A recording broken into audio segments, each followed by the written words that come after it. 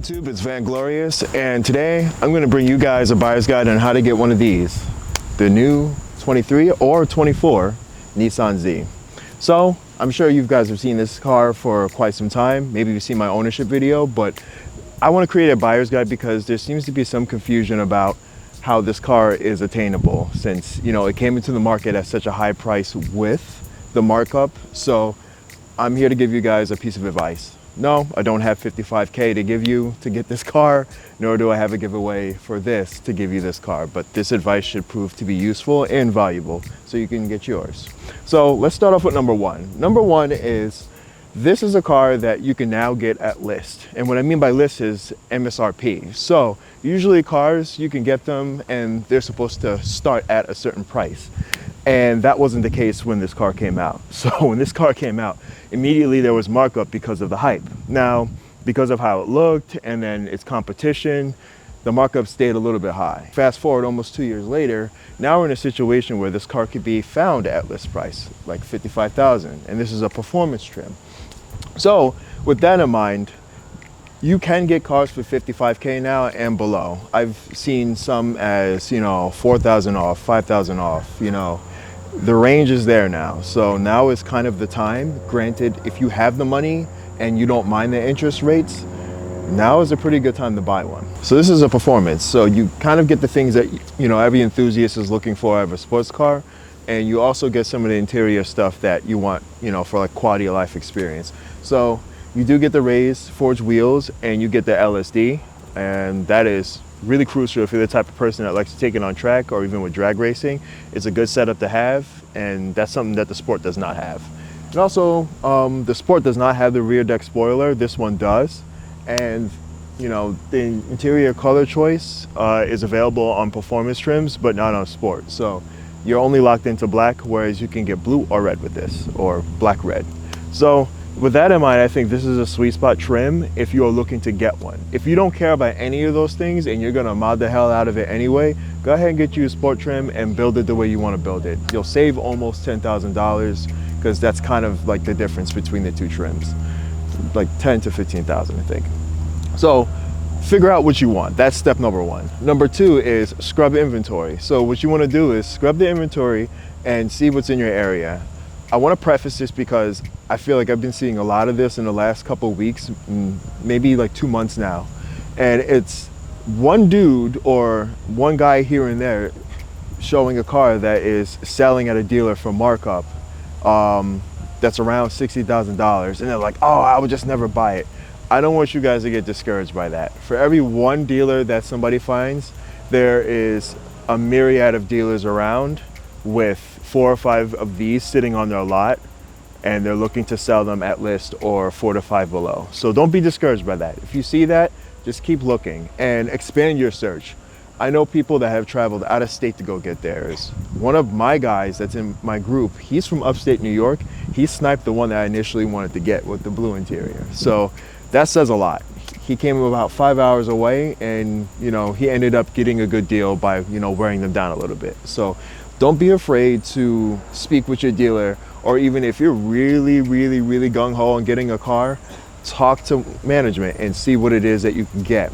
Because 9 times out of 10, that car's been sitting there and you can take advantage of that. You don't necessarily need it, but it's costing them money. So that's something for you to consider. So the third thing is that I definitely want to touch this is when you get this car, just make sure you look it over. Now the 23s had this thing where some paint had imperfections because they had some paint issues at the Tochigi factory. Just make sure you look at it and there's no, nothing off about it. Some people just have extra adhesive from, when it was shipping because, they either sat at the port for a little bit and then sat at the dealer some more. So just take a look at that before you sign and you drive, because the worst thing is thinking that you found something that's just adhesive and come to find out it's just bad paint work. And then that's just like a whole nother process you got to go through. So it's just something to think about. And then I think a really good point I want to touch on with this car is that do not have your expectations too high. Now, I don't mean to say this in a bad way, but I've seen a lot of people that have never driven this car, and let's say they've had a chance to drive it. They either love it or hate it. I, on the other hand, I had a funny experience with it. I didn't test drive it before I drove it. and I ended up loving it, you know, at its current state now with a couple mods. But if you're the type of person that loves some Mod Z cars, it's definitely something to consider. Do not have high hopes or expectations. Know that you're going to be putting some money into fine-tuning this car because it is a tuner car. So if you are in the mind frame of tuning, have some money set aside so you know you can throw some mods into it and enjoy it even more. Because quite frankly, with mods, tuning, and a whole bunch of other stuff, it really wakes the car up. So definitely consider that. It's not something that you're going to drive off the lot and be like, everything's perfect, I don't need to touch it. If you are a car person, you are going to modify this vehicle. It's just a given. Those are the main points I really wanted to touch. Widen your search. Do not pay more than MSRP at this point because it's not worth it. And don't be afraid to really wait and see where and when you can get into this car, because although interest rates are not amazing right now, it is a very good opportunity to hop into this car. If you are one of those people who's been keeping up with this and you're waiting for the 2025 model year, you'll know that there's 3 rumored colors that are coming, and they're going to be replacing some existing colors. So the blue is going to be replaced by a different shade of blue. The red's getting replaced for something that's honestly red, not like really like a off color or off hue red. And the yellow is actually being replaced by a more Japanese-esque yellow. So no, a lot of people aren't a fan of the Ikuzuchi yellow, but you'll be happy to know that like a candy yellow, like a RX-7 type yellow, will be replacing it. So if you are one of those people who know about this, wait until the 2025 configurator goes up on the Nissan website and proceed to check it out. Because in this instance, this may work really well for you. They weren't taking orders on the website when this car came out. But that might change because the hype is down. So for all you guys who are going to be in the market between now and next year, you can probably use the configurator, configure your car to get the spec that you want. Maybe it'll just get delivered at the dealer. You will get a call and it'll be like a normal process. So you'll have much better luck than a lot of us first year guys. So that's really all the advice I have for you.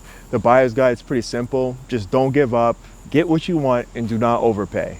So that's all I got for you today. If there's anything you want to ask me, feel free to leave a comment down below. I'm open to answering any questions you have. I've answered a ton in person and on some previous videos, so hit me up. I'm here for you.